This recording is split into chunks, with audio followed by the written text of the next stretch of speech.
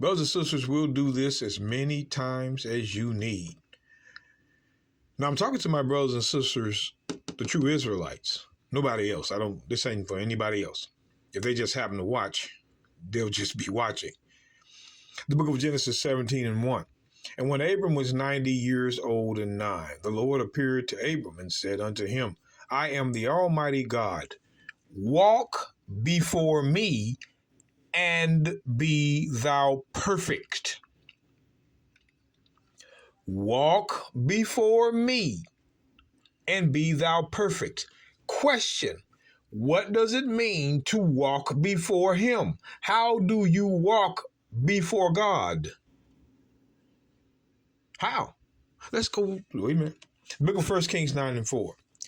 And if thou wilt walk before me, as David thy father walked before me, as David thy father walked in integrity of heart and in uprightness, to do according to all that I have commanded thee, and wilt keep my statutes and my judgments. Look at this. Walk before me, keep my commandments.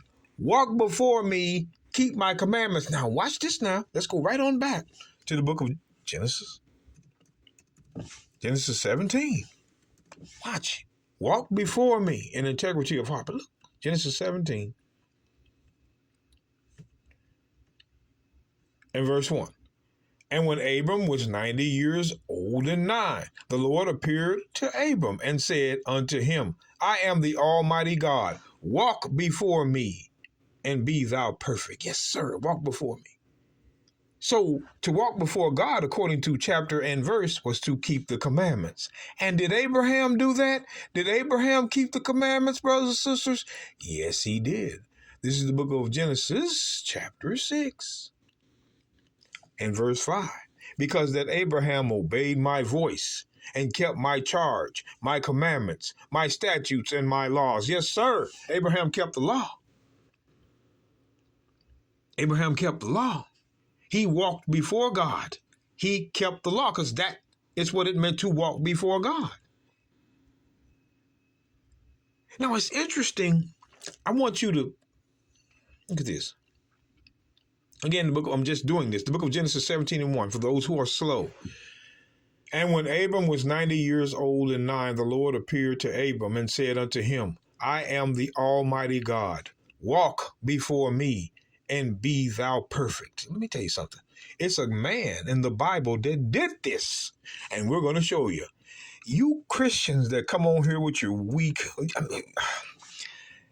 well, it's fine if you want to protest the Bible, I guess, but no. I'm going to show you the book of 2 Kings, chapter 20, verse 3. This is Hezekiah.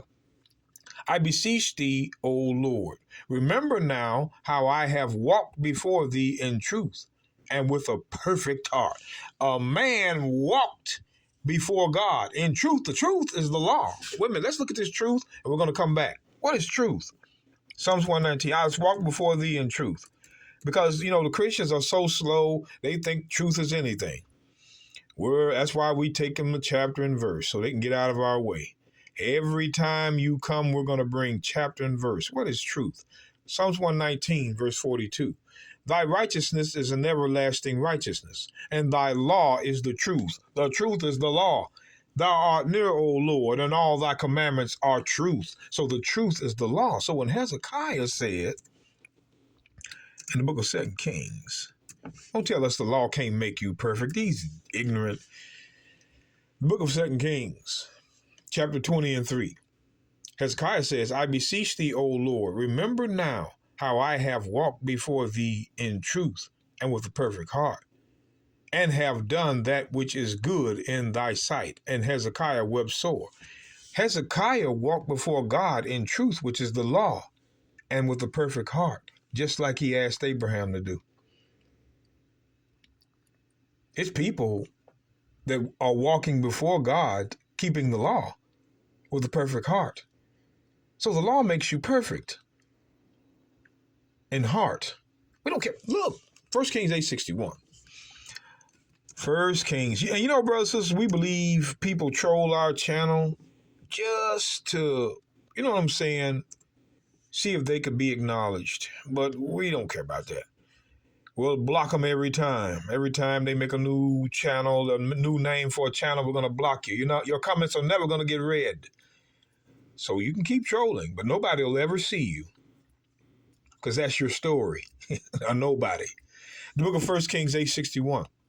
Let your heart therefore be perfect with the Lord our God, to walk in his statutes and to keep his commandments as at this day. You continue to see it. You continue to see perfection in keeping law over and over. Why is this? The book of Psalms 19, verse 7. Yes, sir. Psalms 19. You get sick of these Christians, man. These nobodies trying to protest nothing. Your pastor ain't never taught you nothing. That's why, hey, you think you're going to, come on now. Let's look at this. The book of Psalms 19 and 7. Let's lay them out there. The law of the Lord is perfect. The law of the Lord is perfect, converting the soul. The testimony of the Lord is sure, making wise the simple. We know you Christians are getting scared. The Spirit is upon us. The Negro Israelites. It's upon us. You're scared. You're trying to fling this, fling it. That's not going to stop Christ. It's not going to help you to troll. I'm trying to save my people. You have your people save themselves if they can. Because I don't see it in the Bible, but you guys sure make believe. The law of the Lord is perfect, converting the soul. Now, if I go to 1 John chapter 2, verse 3. Watch the New Testament say the same thing. It says, and hereby we do know that we know him, if we keep his commandments. If we keep his commandments. He that saith, I know him, and keepeth not his commandments, is a liar, and the truth is not in him. But whoso keepeth his word is the commandments in verse 4. But whoso keepeth his word, in him verily is the love of God perfected, like it was with Abraham and Hezekiah. The Old Testament and New Testament say the same thing when it comes to perfection. You can't change it. You're perfect by keeping law. But you see, brothers, sisters, let me finish reading the verse. But whoso keepeth his word, in him verily is the love of God perfected. Hereby know we that we are in him. Now, down to verse 7 says, brethren, I write no new commandment unto you, but an old commandment. Old. The old commandment is the 10 commandments, which ye had from the beginning. The old commandment is the word which ye have had from the beginning. So the word in verse 5 is the old commandment in verse 7. The word is not talking about Christ.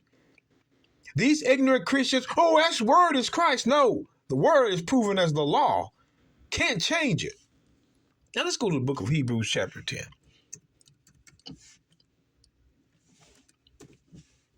Hebrews chapter 10, verse 1.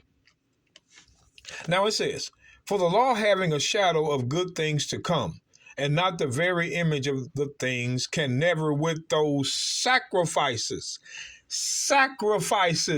that's the priesthood, which they offered year by year continually, make the comers thereunto perfect. The law that could make nothing perfect was animal sacrifice. It had nothing to do with the 10 commandments. The 10 commandments makes you perfect. The sacrifice does not. But the Christians continue to think that the sacrifice and 10 commandments are one law. No, it's not. You ignorant Christians. The book of Galatians. Hope I can make it. Chapter 4. These Christians, we're not going to argue with you. We're going to read this. It says, Galatians 4:23, but he who was of the bondwoman was born after the flesh, but he of the free woman was by promise. Which things are an allegory? For these are the 2 covenants. 2. They were not the same, you ignorant Christians. The 10 commandments was one covenant. The priesthood was another. They were both separated. One was used when you transgressed against the other. The law that couldn't make you perfect was the priesthood. The 10 commandments did just fine. We're reading it verse by verse from both testaments, which says it's the same.